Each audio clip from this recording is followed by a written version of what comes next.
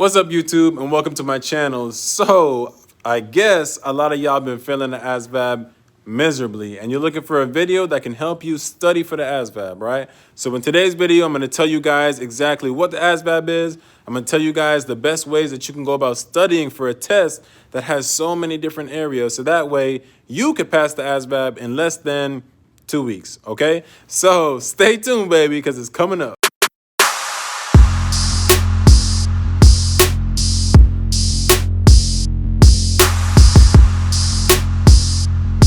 So there you have it, guys. That's today's video on how Dios mio, oh my gosh, my heart is pounding so hard right now. Like, what are we doing right now? What's up, YouTube, and welcome back to my channel. So today we are going to be talking strictly about the ASVAB. By the end of watching this video, there's going to be a higher chance that you're going to go back, take the ASVAB, and most likely be able to pass, all right? Things that you should know, what you should do, things that you can do to prepare for the ASVAB and actually be efficient in studying for the ASVAB. So that being said, the first thing that we need to know about the ASVAB is that it's an extremely long test. Like I'm telling you, it's going to make you feel like you're going brain numb. You're going to feel like you're sitting there for like 5 hours, right? However, the test typically takes about an hour and a half. It could be 2 hours, 2.5 hours, depending on who's taking the test and how good your knowledge is, right? So the test is going to be really long. You really have to mentally prepare yourself for this test. I think people just overthink it. If I'm really to be honest with you, they just overthink it. People get so burnt out with the fact of it being such an incredibly long test that it's actually intimidating. And then you also know that it plays such a big part on your enlistment process that the stress and the pressure of taking this test just really begins to weigh on you. The second thing that you need to know is that the test doesn't just test you on one subject. It's a test that is comprised of like 10 different subjects, right? It's testing you on a variety of things, such as general science, arithmetic reasoning, word knowledge, paragraph comprehension, mathematics knowledge, electronics information, auto and shop information, mechanical comprehension, assembling objects, and verbal ability. Whew! That's why it's such a long test, okay? The test is trying to get a good understanding of your strengths and your weaknesses. For example, you might score really well in arithmetic reasoning, paragraph comprehension, auto and shop information, and mechanical comprehension, right? And then maybe you didn't score so well in verbal ability, assembling objects, auto and shop information. I don't know if I said that already, but we're just gonna go with the scenario, okay? You may not have scored so well in other areas. So what the test is doing is it's basically trying to use the data that it just received to figure out what career fields you might be good at and what career fields you might qualify for. So if you show really high, good understanding of mechanical knowledge, maybe something in the mechanical field or hands-on type trade job might be something that you qualify for.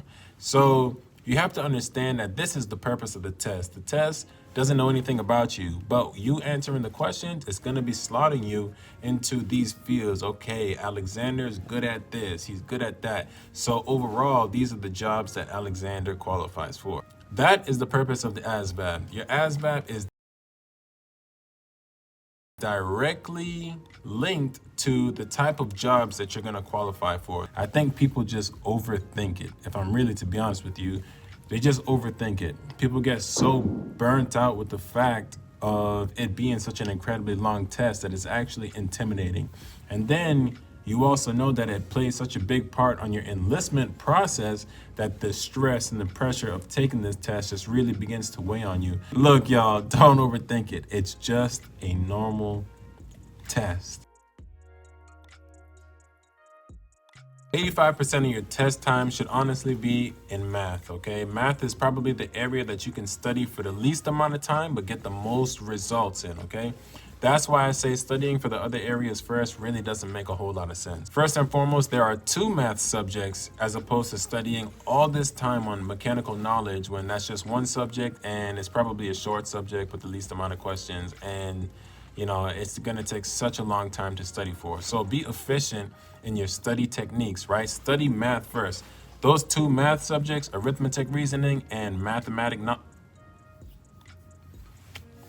no disrespect to anybody watching this video, okay? I didn't mean to flip you off right then and there.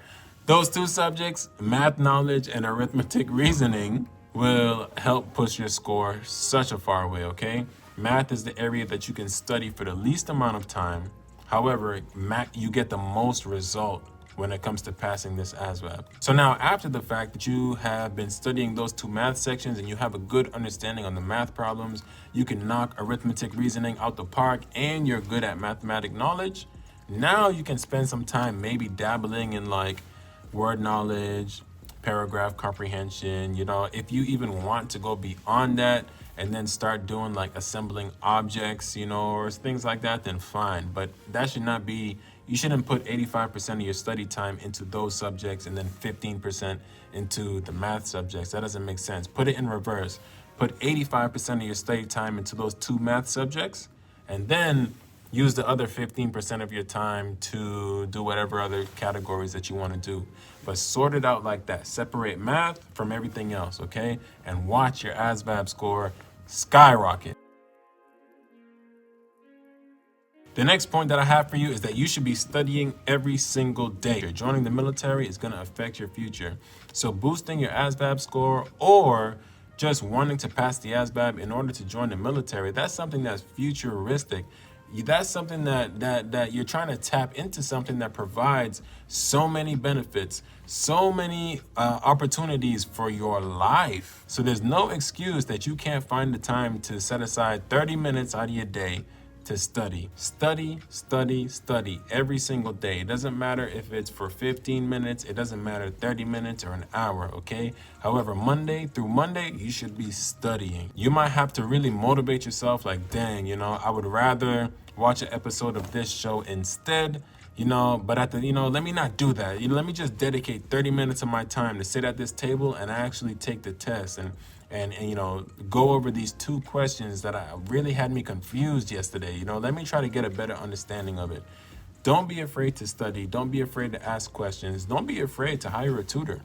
Let's really be honest with each other.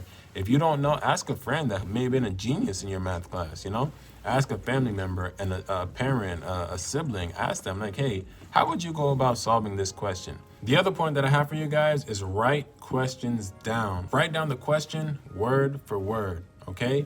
And then write down all of the answers word for word. A, B, C, D, E, word for word. This is gonna help you maximize on your studying time. So after you go through the entire Asvab online, you figure out your score online, you can come back to these questions that really had you confused and go over them once again. How do I get this answer? Go over it again and again, the same question again and again and again, up until you have an understanding of, oh, this is how I solve the test. It all makes sense now. All you need is the understanding of how to do it. You can also take those questions that you write down and go find somebody else. Hey, excuse me, how do you go about solving a question like this, right? And then they'll teach you, do it again and do it again and do it again. Repetition is gonna be your friend. You can boost your Asvab score in 2 weeks. 2 weeks, listen, that's a lot of time. That is 14 opportunities for you to study at least 30 minutes a day. So there you have it, guys. That's today's video on how Dios mío, oh my gosh, my heart is pounding so hard right now. Like, what are we doing right now? My light? Oh my gosh, that scared the heck out of me. Hopefully this video will give you a better understanding on things that you can do, things that you should not do, and just a better understanding altogether of what the Asvab is and what it's really looking for, okay? You want to maximize your time to study. Study for subjects that have a big impact on your test score as a whole, okay? I hope you guys enjoyed this video. If you did, be sure to hit that like button. Be sure to comment in the comment section down below what you did to pass the Asvab, or if you're feeling really brave, go ahead and comment what you got as a score on the Asvab. The highest that I've seen is a 99, all right? I was pretty impressed, okay? It wasn't me, but somebody just walked in, took 30 minutes on the Asvab, got a 99. And I'm like, dang, did you cheat?